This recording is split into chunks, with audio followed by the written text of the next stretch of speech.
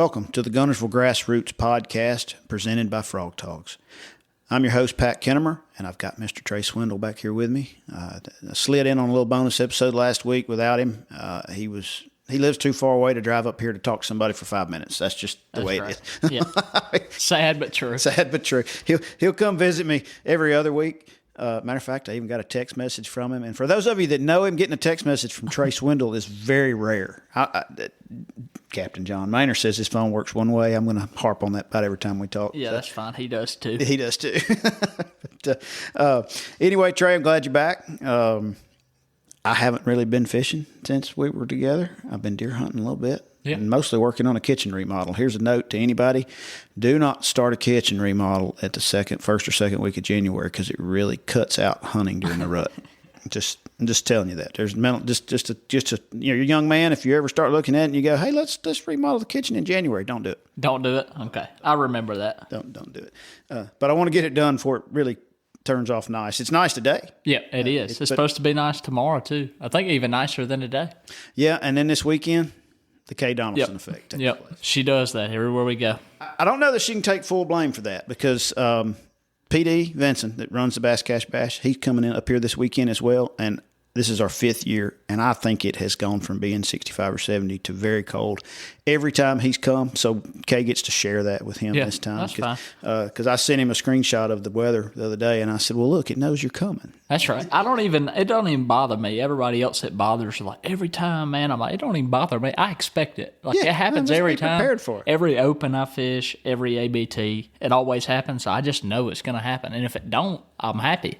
But I don't ever get my feelings hurt when it don't. Did you get some fuzzy dude shoes to wear fishing so your feet don't get cold? I got them on order. Yep, they're coming. They're coming. You know, my wife actually has some. They might fit you. They're fuzzy with a little leopard print on them, though. You might look. That's fine. Yeah, I'll bring it in. I'll set a trend. So today we're going to have the winner and possibly his partner, if he was available. That was to be determined. Of the Battle of the Brands tournament, a young man named Tristan Abbot. I believe he was from Kentucky. We swapped messages last night. I don't know him. I actually had talked to him on the dock while I was over there tagging fish yesterday. Mm-hmm. He goes, man, did we talk today? He said, because I was the guy that tied my boat up with a trolling motor cord. He didn't have any rope. And he pulls up, and I look, and he's standing behind me tying up to the dock with his trolling motor cord wrapped around one of the handles on the dock. And I said, man, you're brave. And he goes, can't find any rope. He said, well, I've screwed a lot of stuff up. Why stop now? So, that's right. And I wasn't sure that was him till we swapped messages. But they had 23.91. Pretty good bag. The weather for February and Battle of the Brands, Rattle Trap, whatever you want to call them tournament, was pretty good. I mean, it was a little cool, but, pretty good. Mm-hmm. And they've had it a lot colder for sure. Water temps that I was hearing from people ranged anywhere from mid-40s to even a few low 50s in the right spot up in the day. And as far as catching fish, it was everything from rattle traps to swim jigs to their little swim baits to dragging a jig. Everything. Oh, I saw some monster spots. Really? One of there's 5 21-pound bags in here, but one of those 21-pound bags came and dumped them in my basket as I was tagging, and there was 2 spots over 4 pounds. One of them was a little over 4.5. It looked like it had eaten a grapefruit. Golly. But I saw quite a few. Tagged a smallmouth too. Oh, did you really? About a 17-inch smallmouth. Mm-hmm. So who knows which? I don't know if it came from way up or way down, but it's probably going. Yeah, it's probably going. But man, there's a lot of healthy fish in Guntersville right now. Yeah, all the pictures I've seen, they look healthy. I mean, I'm talking, they look good. Yeah, they're fat and I mean, you run into a few of those that are built like you, long and skinny, but most of them were like me, short and fat. That's right. That's right. It looks like there was a bunch of big fish caught. I mean, look, the top 6, you got it for me to cheat on right here, but like it looks like 668. So that's the big fish. 843. Is that all their big fish?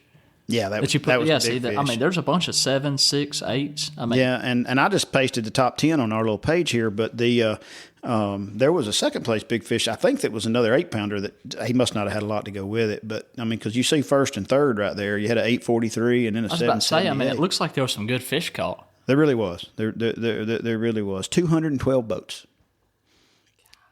which was down a little from last year. Yeah, it's impressed me though. Like, look at which, like you said, you only got the top 10 here, but it looks like the weights were pretty high down the leaderboard. Like, that's what I always look at when I look at tournament weights. I don't always look at the winner because sometimes you got one guy that just blows it away. But like on down the line, that just shows you how good the lake's fishing. That everybody, that it took 20.28 to get in the top 10. That's pretty good. And I think I heard it took 18 pounds to get a check. So they paid. And I thought I put it on. I think they paid, 40 places? 42 places. There were, 10 20-pound bags. So the top 10 was 20 pounds, which 11th was 19.98.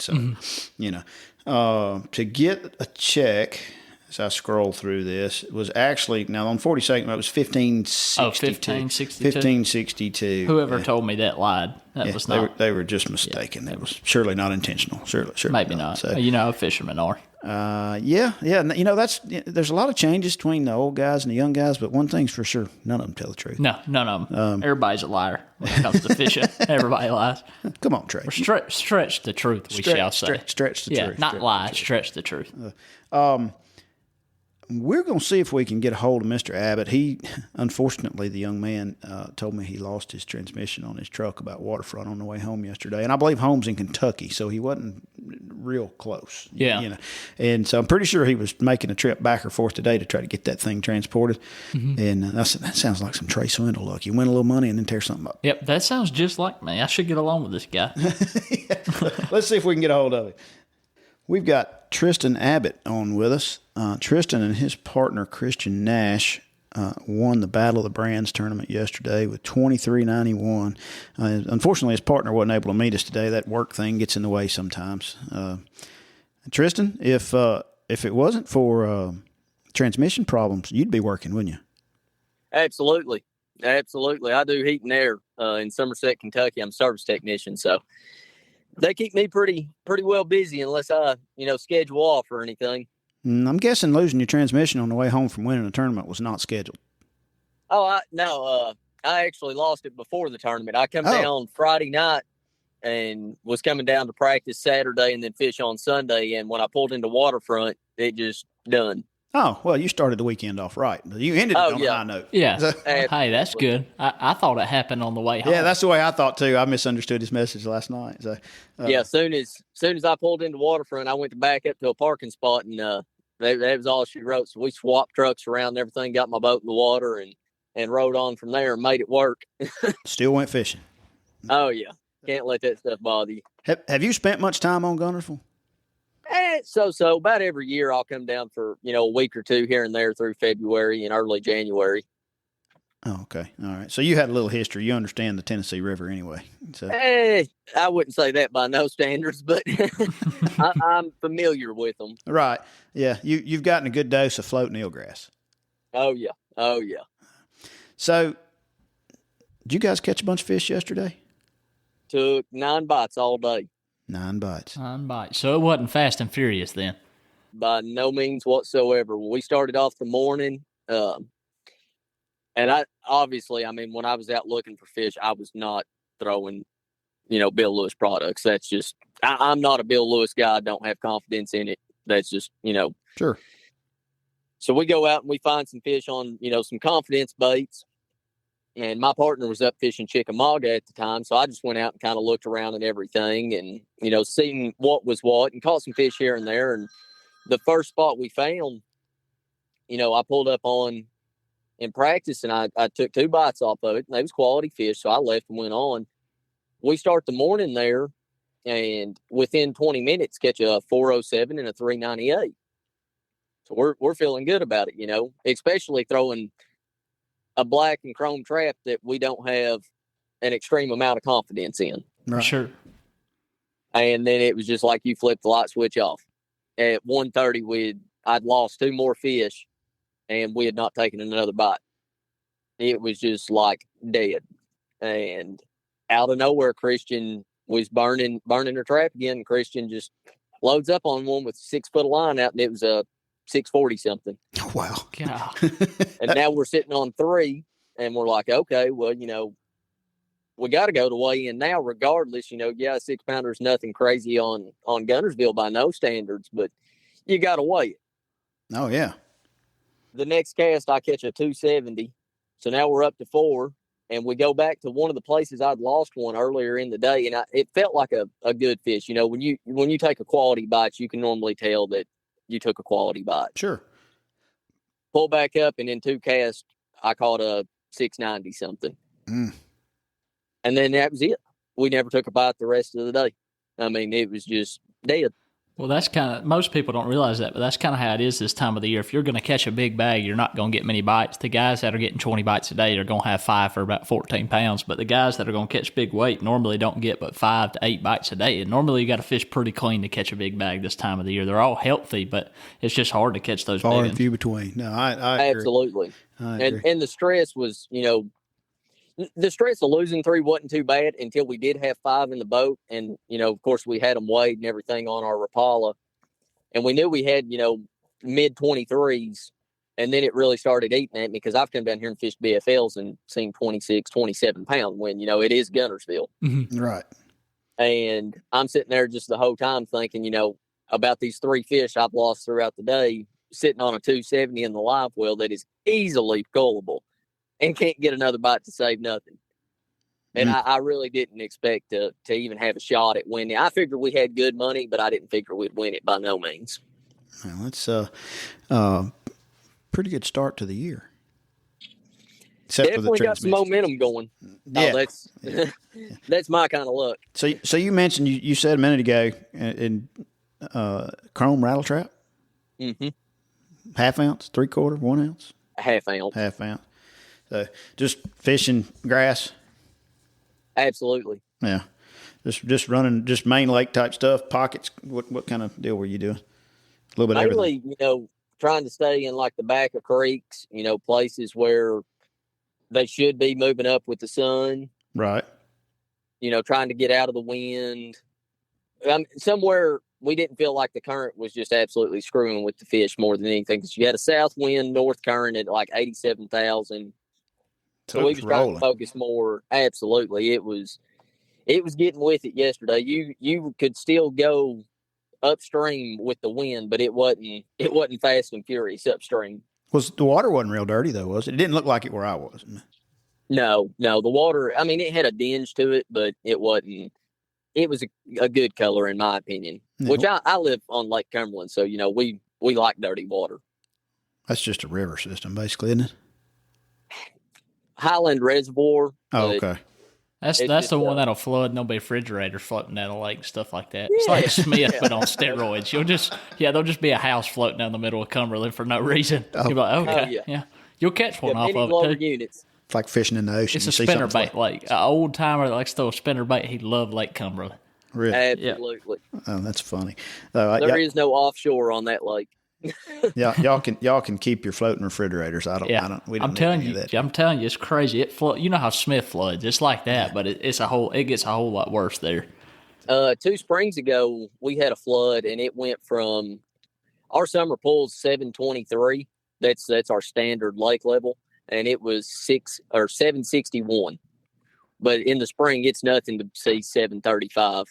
I mean, 10 to 15 foot out of nowhere. So you catch fish off people's lawn equipment, lawn chairs, and you know. No, ain't no lake houses on that pond. Oh, really? It's straight up and down hills. There's actually, other than a couple of marinas, there's like a handful of private docks, and they're few and far in between. Now you're coming back to Guntersville next week? Yes, sir. Yeah, for the Toyota series? Yes, sir. Is this your first year fishing the Toyotas, or have you done that before? I've never fished a full season of them. I fished one last year on Dale, which Dale's 45 minutes from me. Right. Had a 3rd place finish in it. Couldn't really complain on it by no means. Christian had a good finish in it too. He fished on day 3. So are both y'all fishing the Toyota, Christian? Yeah. As well? Yeah. Both of you. Yeah. So you're going to be sharing information? Yeah, we'll definitely work together some on it. But, you know, I mean, more or less techniques and, you know, that kind of deal more than places. Right. Do you feel like what you did this past week is, you think you can go catch big fish out of them again, or do you think you just got to cover water till you run into them? Not big fish by no means. I think I can catch fish. I don't think I can drop another 24 pound on it by no standards. But I think, that 16 to 19 pounds pretty doable. I do believe. Well, in a 3-day tournament, that's going to be what you have to have. it took 59 pounds and 59.15 to win it in 3 days. That's one of the things about a 3-fish tournament, especially on Guntersville. Somebody might weigh at 27 the first day, but they'll have 9 the second day. Absolutely. So you 18-pound them to death, and you might not win, but you're going to be up there. You'll be a top 10 unless it just really shows out, and we're not quite back to that yet. So I think we got a couple months before you start seeing the real big weights. I do think with the full moon and everything and the weather that it looks like we're going to be given the next 2 weeks, I definitely think there are going to be a lot of fish that do decide to bite. But I don't think it's going to be like a shootout by no standards. Yeah. Yeah. And, it's supposed to start raining again Wednesday, Thursday. Mm-hmm. Yeah. We're a 3-inch rain away from a chocolate flood, which you like muddy water. You know how to fish it. So, it may not mess with you, but I hate it. Tennessee rivers, man. I understand enough about them to know they're nothing like Highland reservoirs by no means whatsoever. But, to me, muddy water on Highland reservoirs pushes fish right up on everything you want them to be on that's visual. Right. And I just feel like Tennessee rivers, it scatters them out more than it clusters them up with dirty water. Yeah, and there'll be some floating grass on top of wherever the fish are. It's almost a guarantee. Yeah. Well, I feel like, too, at Guntersville, in a Highland Reservoir, there's all kinds of structure, wood and trees and stuff they can get on and find a piece of vertical cover, to get kind of lean up on, feel safe. But like at Guntersville, it's all grass. So when you put another 4 feet on top of them, it's just like there's grass everywhere and they just spread out. Like there's nowhere really, you can't really go to Guntersville and fish the bank. So it's kind of irrelevant when it floods to catch them that way. It's just, I don't know, it's just the way the lake lays, I guess. Right. And they already want to be shallow, and then you throw 3 to 4 foot of water on top of that, and now they can't get to where the depth they're comfortable living in. Mm-hmm. You think the shallow bite's what's going to win it next week, Toyota Series weekend after next, or do you think some of the bridges and some of that other garbage will come into play? I say garbage because it turns into a zoo. There'll definitely be somebody bust a bag off a bridge, I'm sure, and it wouldn't surprise me if we get any rain for somebody to catch them out of some tail races. But I think the majority is going to be one out of a creek somewhere. I'm pretty sure they're not letting them lock through this time.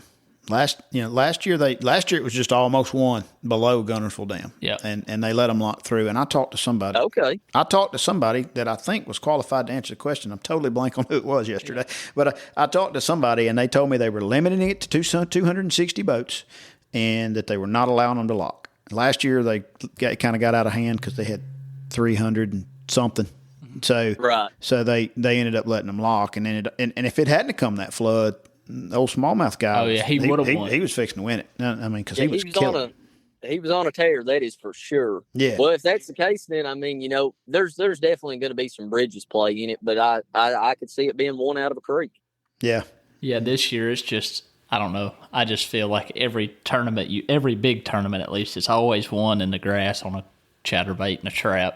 The back of a creek or leading to a back of a creek. Most of them are off the main lake. They're kind of heading back into the, spawning areas. Not necessarily getting ready to spawn, but moving that way. So it just seems like they got it on their mind. Yeah, they got it on their mind. So usually, they're making their way in the backs. And the guy, if it warms up and stays warm, we get a full moon. it could get good. Yeah, we're going to be, full moon was somewhere here today, yesterday, last few days. So we're going to be, a couple weeks off of that. Yep. But there's still, it's February. There are people that swear that there are fish spawn in February on Guntersville, and I don't disagree. I saw a big fish yesterday that if the water wasn't 48 degrees, I would have said, man, that fish is spawning. The entire lower half of its tail was bloody and gone. And the dude said, man, it wasn't even anywhere near any spawning water. I don't understand it, but it's like something had been eaten on its tail or something. But, it looked, if it was a month from now, you would have go, look, that fish's been spawning. But and I know on Highland reservoirs, obviously wintertime, it's either you fish brush piles or you scope. Mm-hmm. That's kind of your two options back where I live at. And Cumberland's more brush piles, Dale's more scope. and it's nothing to catch bass on Cumberland, smallmouth, largemouth in between, that you could think they was spawning all the way through December, January, February, because they'll just be so beat up. But a lot of times what we see is it's just the brush piles. They hang so tight to them in the winter, it seems like. And I think it's just a flux of water, lakes being down, weather, everything all mixed together. Them fish will just get real lethargic and lay against that brush. And I think it really beats on them more than what people think. So you even think maybe on Guntersville, some of these fish are hugging the bottom on some of that hard stuff, Absolutely. and they just wear their get the red bellies and red tails just from. They may be in 20 foot of water, but they're still hugging Absolutely. tight. Yeah, absolutely. Because something I've always seen on any lake I've fished across the country, it seems like really after November's when I consider what is fall fishing. That is when they're doing their fall feed, chasing bait, all that stuff. And then it seems like later through the month of December, when that water starts getting down that 47, 48, they go ahead and go to where they're going to spawn, whether it be at the mouth of it, back in it, and they just live there until it's time to pull up and actually do it. Mm-hmm. Mm-hmm. That's a fair assessment. I mean, there's a lot of fish in Guntersville year round at less than 5 foot of water. Yep. And even when the water's way colder than it should. Yeah, I'm still a firm believer, and you know how much I love fishing out deep, but I'm a firm believer that 75% of the fish here never leave the bank, never leave the grass, never leave more than 8 foot of grass. I think that's right. become more prevalent since the eelgrass took over. Yeah, and I think too, since the electronics have gotten so good and they get their brains beat in out there every single day, I think it even helps it even more because they get dizzy, they get caught so many times, and they swim back up there in the grass and hide. Look, the problem is there's too many of these Trey Swindle kids that go fishing every day. Well, now, look, I had like 786 hours on my Triton when I sold it, so I do my fair share of idling and never casting. Oh, now I will come up here and win me about 6 Tuesday nighters in a row off one school, but Tuesday night king. Yeah, I can. If you can make a living off of them, I'd be all right. You barely pay for the gas. Yeah, I still lose money. I could win 4 in a row and still lose $500, and I'm like, how did that even happen? I like my 4-hour Tuesday night derbs now. God, they're fun, man. They're fun. Oh yeah, they didn't like a little wildcat. I used to run a bunch of them, and then I had kids, and that you got this, you got that. Yeah.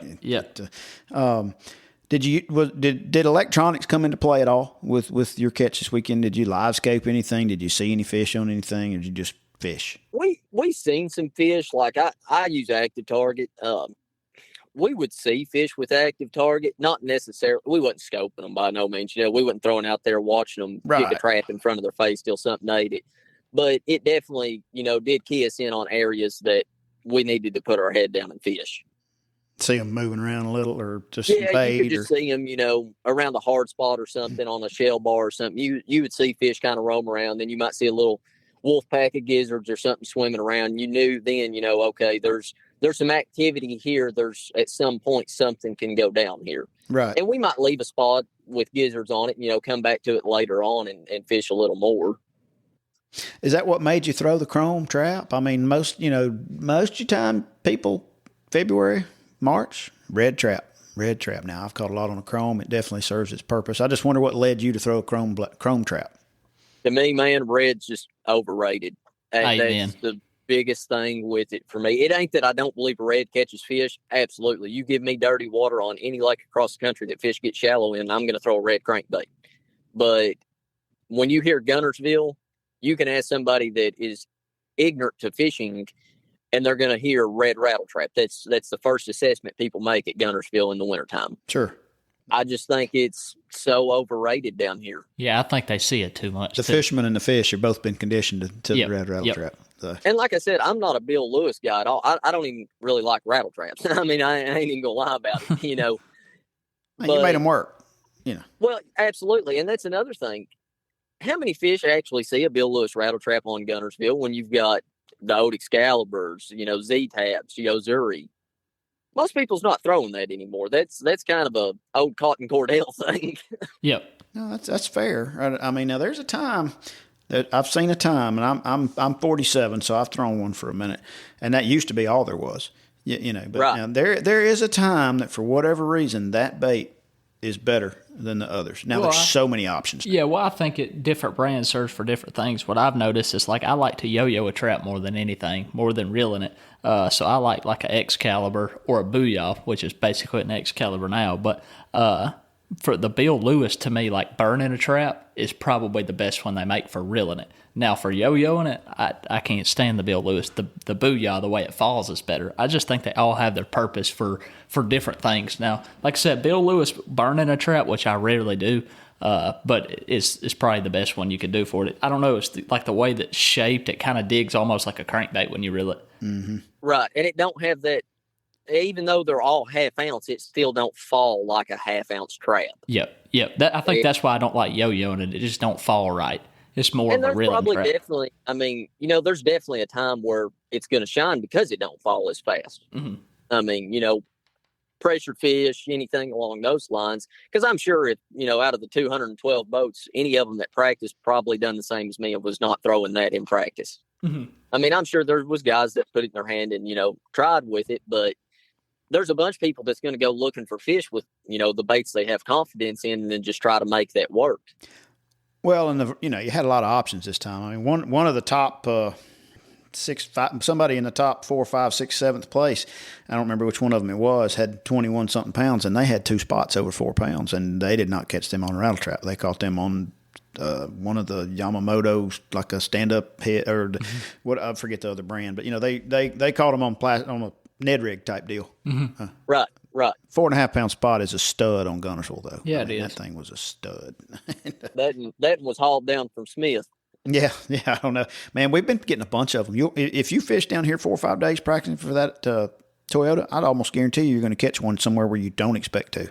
Mm-hmm. You're going to be running a riverbank somewhere and throwing a rattle trap, and all of a sudden you're going to catch a 3 pound spot. I don't know what the deal is. I don't know why they've picked up so much in the last few years. I think we might need to take them out and eat them because there's too many of them. I want to. Well, I will say this summer when I was catching them out deep, I caught way more spots this year than I ever had, and not good ones. I mean, anywhere from 2 to 3 1/4. Like I caught one almost 4 pounder, like a 3 1/2, 3 3/4 in the summer. Yeah, in the summertime. Yeah, and I'm like, now are on Guntersville, are they still the Coosa spot, or is it just your normal Kentucky bass?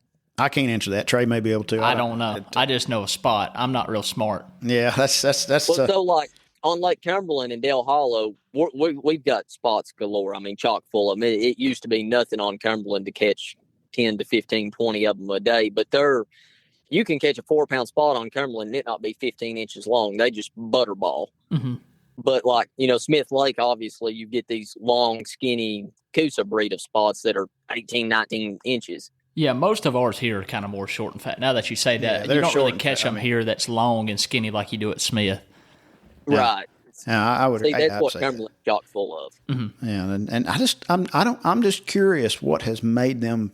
And I think we might have had that conversation with the biologist. On one of our last episodes last year, we talked to one of the biologists, and I think we might have talked about the spots a little. I don't remember what he said. I had to go back and listen to it. Yeah, but they're definitely a way different breed. Just the way they act and everything. It's wild to me. From going from Lake Cumberland catching what our spots are to Smith or anywhere down here, even Hartwell, Lanier, and it's so different how they act out there when they suspend. How much more aggressive the Coosas are than what I would call a Kentuck. Mm-hmm. Yeah. Trey's going to Smith next weekend. Yep. We talked about that a little off there. You said you liked it as well. Is that right? Absolutely. Had a really blessed tournament down there and qualified for the All-American. It's a fun place to catch a bunch of numbers. Is that you live scoping most of that? Absolutely. Yeah. That changed the game down there, didn't it? Yeah, it did. Oh yeah. Yeah. And I mean, I knew in practice, that 12 to 13 pound was going to be about my max. Obviously it took a little more when Wiggins won, but I knew in that tournament, if you didn't take that 3.5 to 4.5 pound largemouth bite, you wasn't going to have the opportunity. Just like at Guntersville, more than likely the guy who wins one of the days in 3 days of competition is going to have a big one.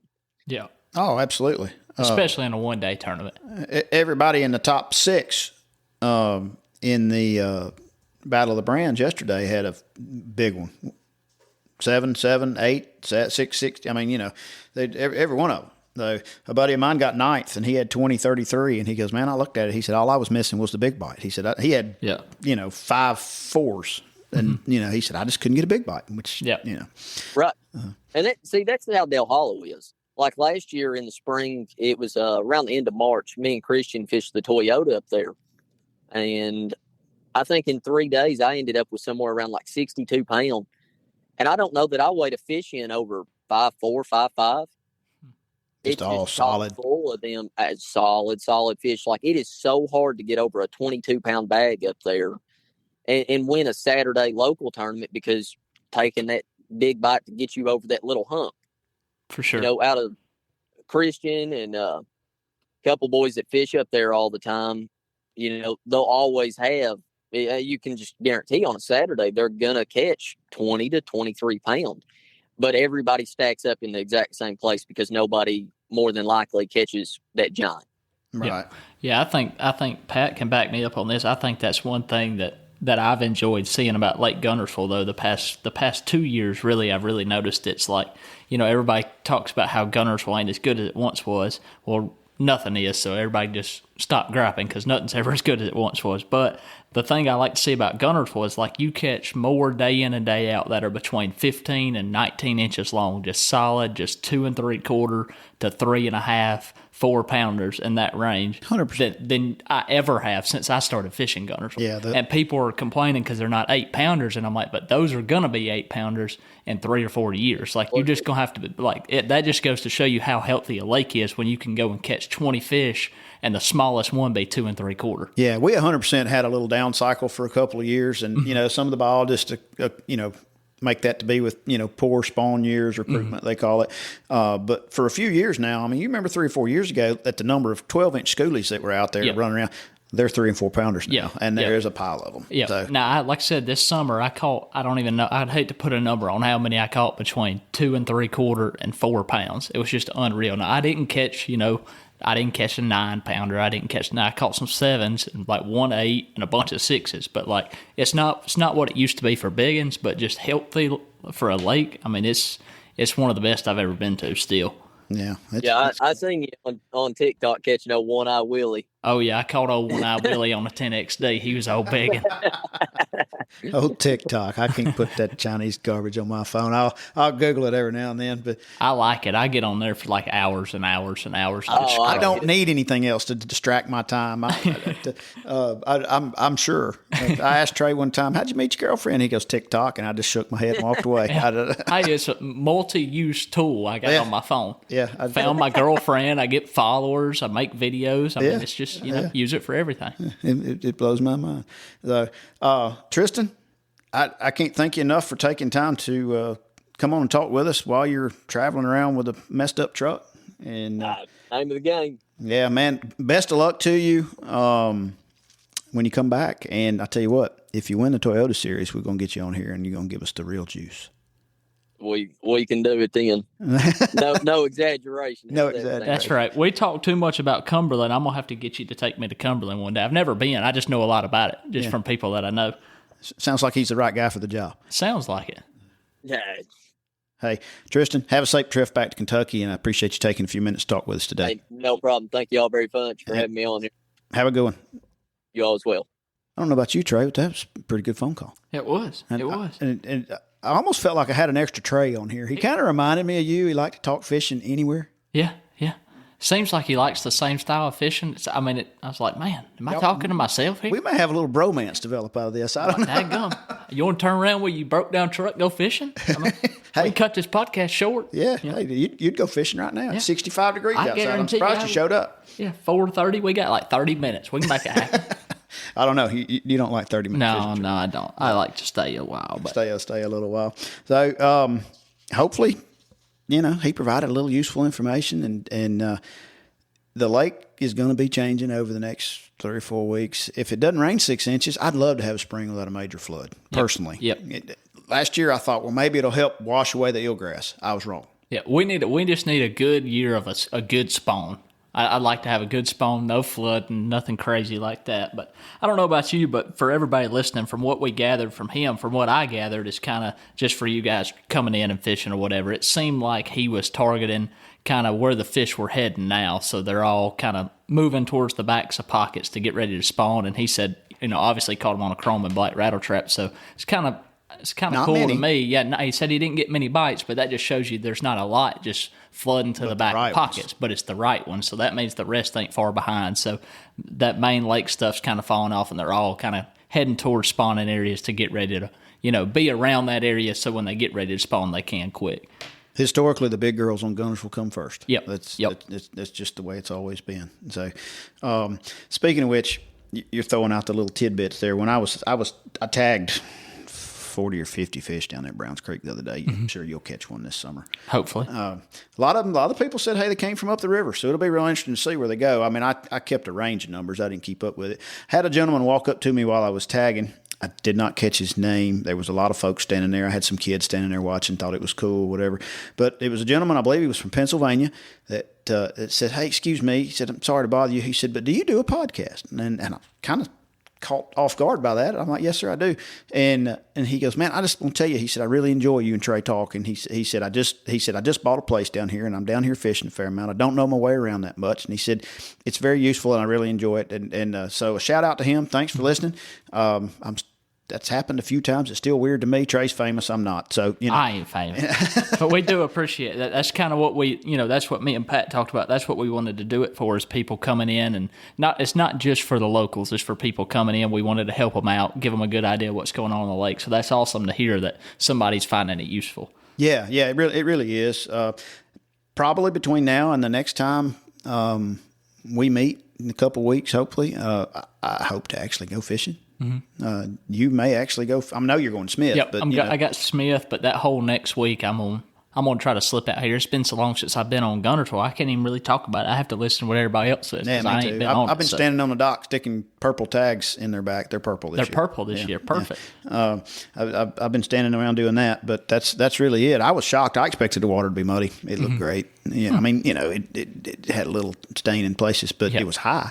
Yeah. Which is better than low. Yep. But you would not believe the floating grass beside the dock at all reds. I drove by there, and if you're looking at it from the highway, that entire left pocket right there was like an acre from dock to dock. Golly. It was awful. And that's all I heard standing up there on the dock was, man, I had some fish. I couldn't even fish them. Yeah. It always happens that way.